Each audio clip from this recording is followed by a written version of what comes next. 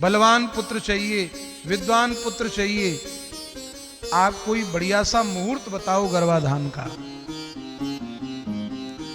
पुरोहित जी ने कहा महाराज अभी समय नहीं है, ठीक मुहूर्त आने की प्रतीक्षा करिए। तो 1 वर्ष निकल गया। 1 वर्ष के बाद पंडित जी ने बढ़िया मुहूर्त निकाल करके दिया और उसी मुहूर्त के अनुसार रानी का गर्भाधान हुआ और बड़ा ही योग्य सुंदर पुत्र की प्राप्ति राजा को हुई। रानी बड़ी प्रसन्न हुई कि हमारे इतना सुंदर गुणवान बलवान पुत्र हुआ है, बड़ा ही शिष्टाचारी बेटा था। तो रानी बोली कि महाराज आप अपने पुरोहित से कहना 1 पुत्र नहीं, हमें 1 पुत्र और चाहिए, हमारे 2 पुत्र होने चाहिए। तो आप अपने पंडित जी से बोलना कि ऐसा ही 1 मुहूर्त हमें और बता करके दें। राजा ने पुरोहित जी को बुलाया कि पंडित जी हमारी रानी की इच्छा है कि हमारे 1 बेटा और होना चाहिए, तो आप हमें 1 और बढ़िया मुहूर्त निकाल के दीजिए। पंडित जी बोले ठीक है। 6 महीना बीत गए, 1 साल बीत गया, 2 साल बीत गए, 3 साल बीत गए। अब रानी हर 8वें दिन पूछे पंडित जी ने कोई मुहूर्त दिया कि नहीं दिया? कि हाँ पंडित जी कह रहे हैं अभी 15 दिन बाद देंगे, 15 दिन बाद देंगे। इसी तरह से 2-3 साल निकाल दिए। एक दिन रानी को थोड़ा गुस्सा आ गया। रानी बोली कि पंडित जी ने मुहूर्त दिया कि नहीं दिया? बोले नहीं अभी पंडित जी कह रहे हैं कोई मुहूर्त नहीं है। तो रानी ने गुस्से में आकर कह दिया कि पंडित जी के घर में तो बच्चों की लाइन लगी पड़ी है और हमारे लिए मुहूर्त नहीं है, 3 साल हो गए।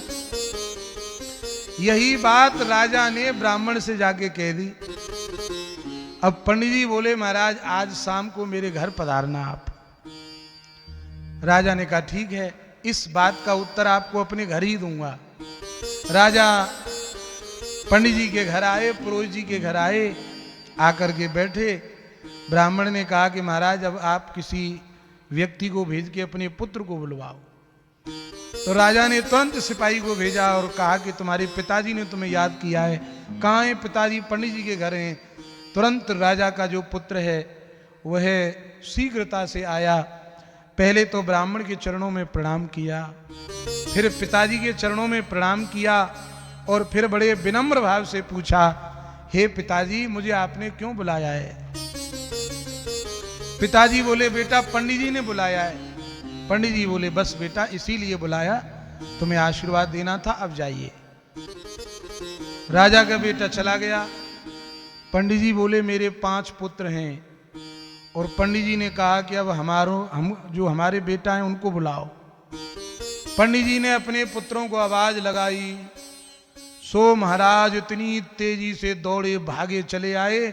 कोई पंडित जी की गोदी में बैठा, कोई कंधे पे बैठा, कोई ऊपर बैठा, कोई इधर कोई इधर, पूरा हल्ला मचा दिया। पंडित जी ने जैसे तैसे कहा कि ले जाओ ले जाओ ले जाओ। दरवाजा बंद कर दिया। पंडित जी बोले महाराज ये जो 5 आए हैं ना ये बिना मुहूर्त के हैं, और ये जो बेटा आपका आया है ना ये मुहूर्त का है। बिना मुहूर्त के और मुहूर्त के में यही अंतर है जो अभी आपने देख लिया। इसीलिए रानी से कहना प्रतीक्षा करे, जितना श्रेष्ठ मुहूर्त होगा उतनी ही उत्तम संतान की प्राप्ति होगी। और मैं तो कहता हूं, लोग कहते हैं कि महाराज आज जमाना बिगड़ गया, संतान बिगड़ गई, अब तो बच्चे बिगड़ गए। महाराज पहले जैसे बच्चे नहीं रहे। बच्चे नहीं बिगड़े हैं, बच्चे बनाने वाले बिगड़े हैं, तब जाके बच्चे बिगड़े हैं। जिस समय जैसी नींव रखी जाएगी बच्चे के अंदर वही गुणधर्म अवश्य आएंगे। नाम, नक्षत्र, समय, काल इसका विशेष प्रभाव पड़ता है। आपके अभी एक हमारे वृंदावन में चर्चा हो रही थी